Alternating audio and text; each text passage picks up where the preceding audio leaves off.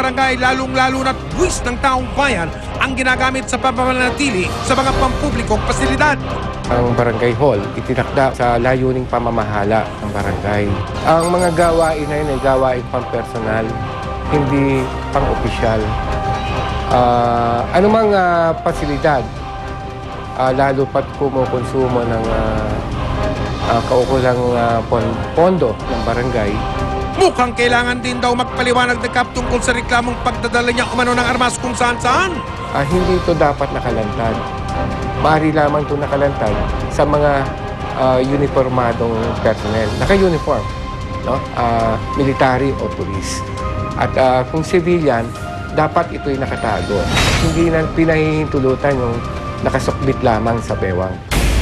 Umagitna na ang DILG at ang Manila City of Public Assistance o CHAPA para lutasin ang problema ng ilang residente sa nirereklamo nilang kapitan de barangay.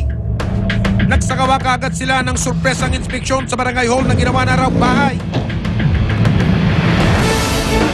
Pagdating ng mga otoridad, nadagdan pa nila ang isang tanod na masarap ang pagkakahimbing. Kasi nga naman, baka hinihintay pa niyang matuyo ang mga sinampay.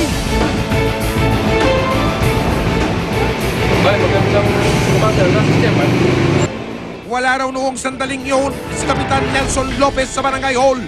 May meeting po. May meeting? Baka pwedeng patawag natin. Pero tumambad sa mga nag-iinspeksyong mga tauhan ng DILG at Manila CHAPA ang mga gamit sa bahay, barangay. Ang ilang appliance, hinayaan lang na nakasindi. Naku naman, nagsaya sa kuryente. Nasilip din ang isang silid na ginagamit na rin daw ng pamilya ni Kapitan. Ito ba yung barangay hall talaga? Tingnan natin.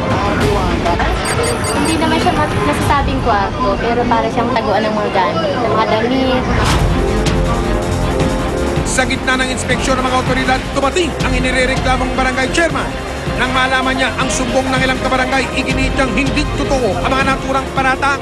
Hindi po, may bahay po ako.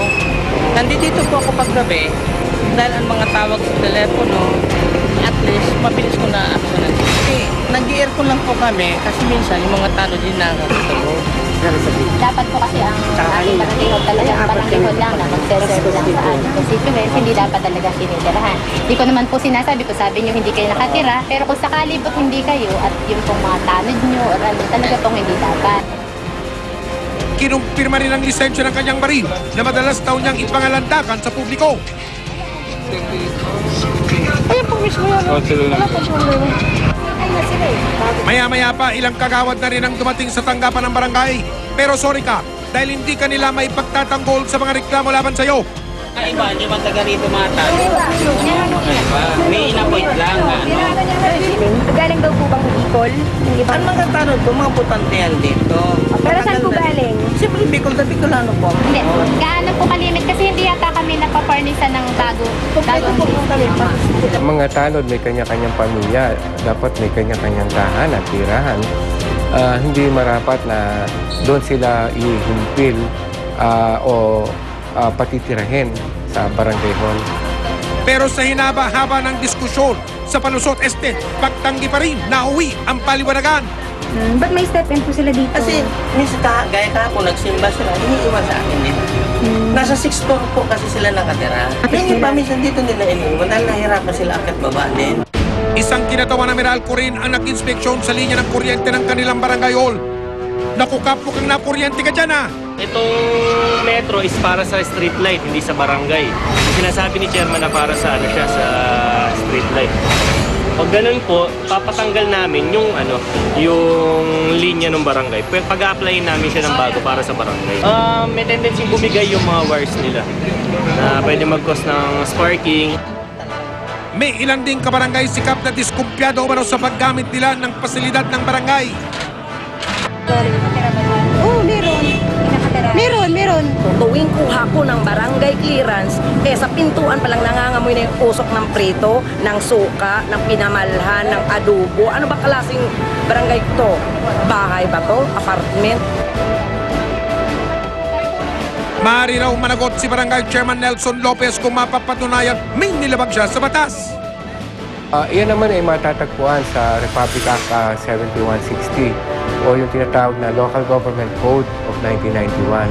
Tinakda ng batas na yan na ang Sangguniang Barangay ay pasilidad para sa pamamahala ng barangay. Kung uulitin pa niya ito, lalapatan na namin siya ng anumang administrative sanctions na nararapat. Pinaka-minimum niyan, suspension. Matapos ang ilang araw, binalikan ng investigador ang tanggapan ng Barangay 340 sa Santa Cruz sa lungsod ng Manila. Hindi na ito mukhang bahay ni Kap ngayon at mas mailiwalas na para pagsilbihan ng publiko. Very good! Sa paglilingkod sa bayan, inaasahan ang pagsisilbi ng buong katapatan. Pero paano ito magagawa kung mismong sa tanggapan nagsisimula ang pang-abuso sa pwesto? Ang pasilidad ng gobyerno ay para sa mga tao, hindi po para sa pangsariling kapakanan ng mga namumuno. Nakakatulong sakay, yung mga tao. Malipat-lipat ng sakay. Natatagalan yung pagbibigay ng hirap talaga.